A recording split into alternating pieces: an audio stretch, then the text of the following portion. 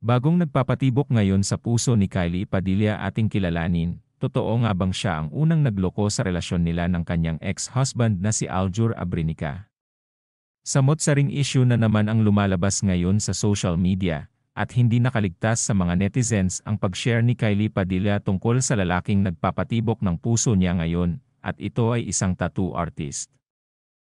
Nasa caption nga niya ang salitang, "Nagpapasaya sa puso ko." Inihayag ni Kylie Padilla sa isang video upload sa social media kung sino ang mystery man na kasama niyang nabidyuhan sa mall kamakailan lang, at ito nga ay pinagkaguluhan agad.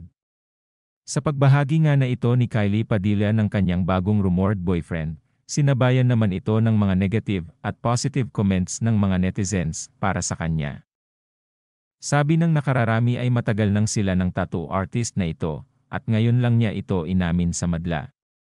Una nga daw na nagloko si Kylie Padilla sa pagsasama nila ni Aljur Abrenica, at ito ay nasaksihan mismo ni Aljur sa isang parking area kung saan kasama nga ni Kylie itong tattoo artist, at dito na sila nagsimulang magkaroon ng hindi pagkakaintindihan na nauwi nga din sa hiwalayan.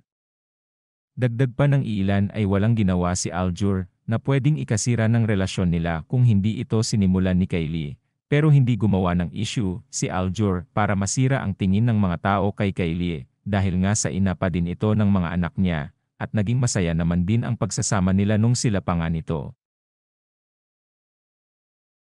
Kalakip ng mga mapanirang comments ngayon kay Kylie, marami naman ang nagsasabing deserve din naman niya ang lumigaya, at ibigay na lang nila kay Kylie ang inaasam nitong happiness, at suportahan ito sa pinili nitong tao na mamahalin.